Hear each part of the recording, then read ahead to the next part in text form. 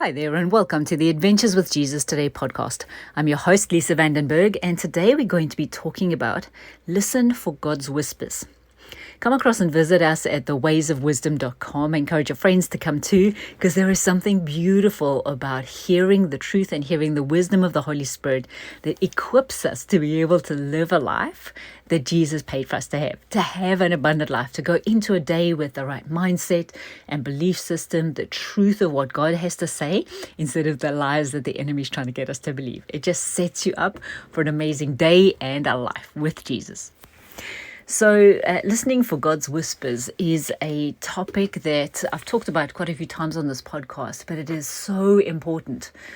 It's a way of living each day in the assurance that you hear God's voice, in the assurance that He wants to be with you during the day, that no matter what you face, God is right there with you. So take a moment to think about that. Think about a scenario that you're going into today or something that you face today, and ask Him, say, Lord, where were you? What did you think of this scenario? What were you doing in this scenario? Just ask Him all sorts of curious questions about where He was, how He saw the scenario, how He feels about what you did in the scenario, what He's doing behind the scenes, and just ask Him for more insight into what's happening. It's absolutely fascinating when you ask those questions from a place of curiosity and genuine curiosity in wanting to know where the Lord was and what He's doing and what partnering with Him and heaven gets to look like, right? So listening for God's whispers is a beautiful concept that's talked about in 1 Kings 19:11-13.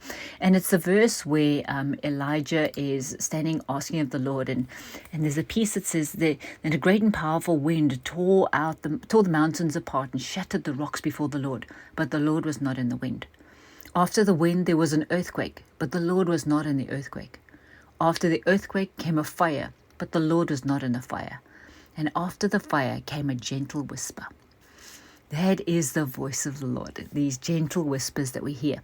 And then beautifully in Isaiah 30:21, I love this verse. It says, whether you turn to the right or to the left, your ears will hear a voice behind you saying, this is the way, walk in it. And so this is the truth of what the Bible has to say about how God talks to us. And often it's little whispers that we can miss if we're not aware of them, right? Or we can not pay attention to because it's not like the fire or the thunderstorm or the wind, right? But it's these little memories, or little pictures you get, or little things you hear, or little thoughts you have, right? And those are the voice of the Lord.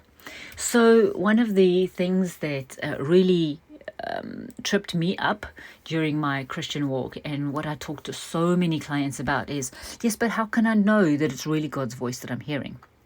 Well, I want to encourage you to go back and listen to a podcast called It's Probably God.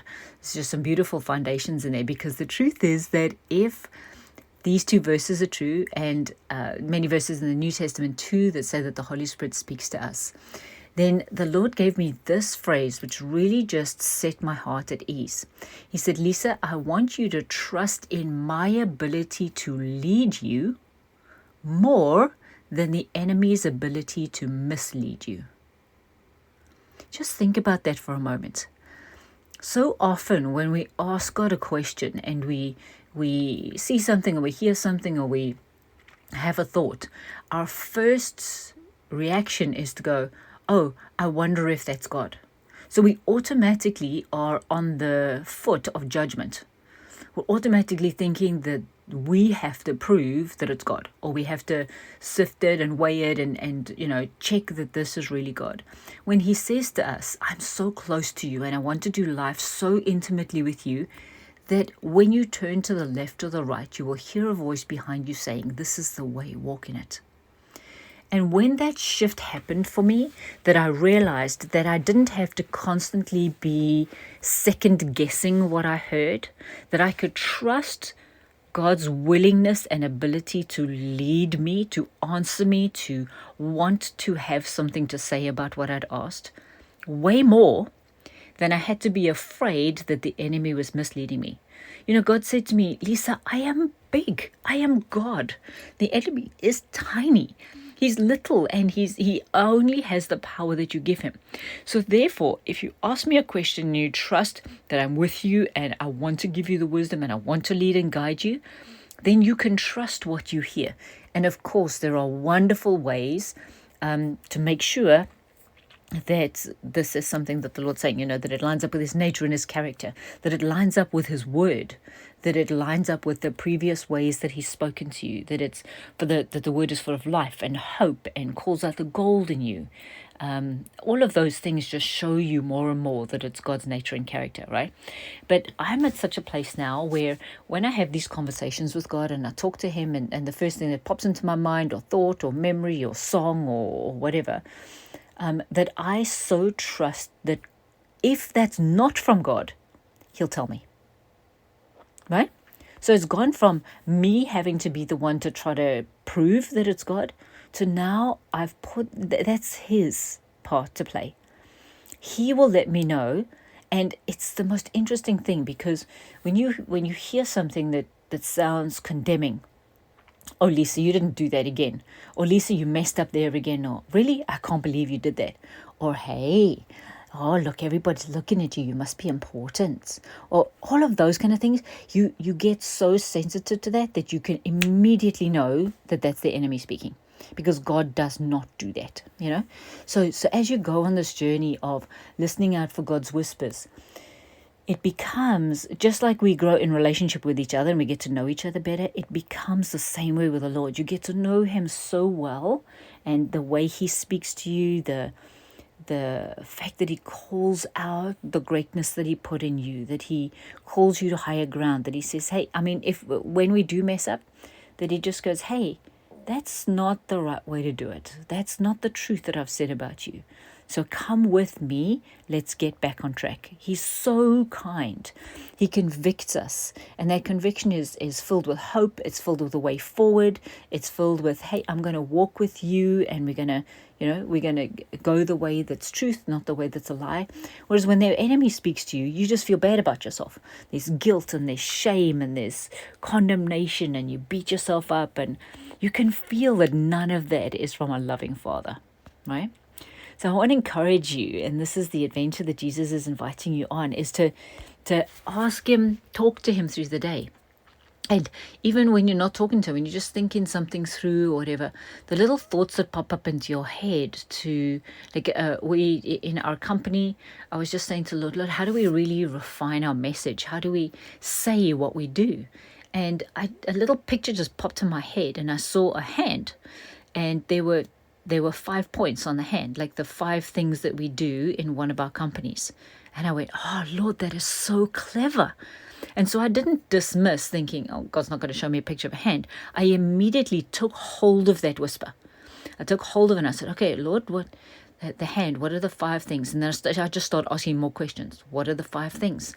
And then we went and opened Canva, and I looked at probably 20 different pictures of hands. What did they look like? And some of them were flat, some of them were held out, some of them was one hand, some of it was cartoon drawing, some of it was a real hand. And I just went through all of these until one settled with me. So I realized that all of the hands that were 2 hands didn't look the same as the picture I got, so I dismissed them. All of the hands that were 1 hand, I went through them, and looking at a picture of a photo of a real hand really stuck with me. I'm like, oh, that looks good, because it looked like my hand, right? So then that helped me to discard all of the ones that were cartoon drawings or mechanical drawings, right?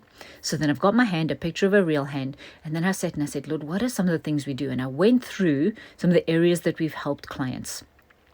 Helped not only the managers of the facilities we work with, but the individual clients. I had these 5 points that really just super described what we do.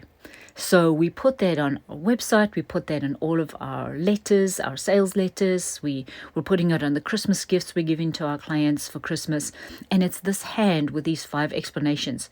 It is so powerful, because in one graphic, they can see exactly what we can do for them, rather than the long explanations and the bullet points that I had before. And so it's just beautiful from asking God this question and then continuing to ask the questions, continuing to go down the road with him, seeing what sits right, what doesn't sit right, asking people's opinions. What do you think of this? What are the colors? What are the words we're saying? And just going through this process with the Lord, I've now got this beautiful graphic that is super helpful to my company and my clients, explaining what we do.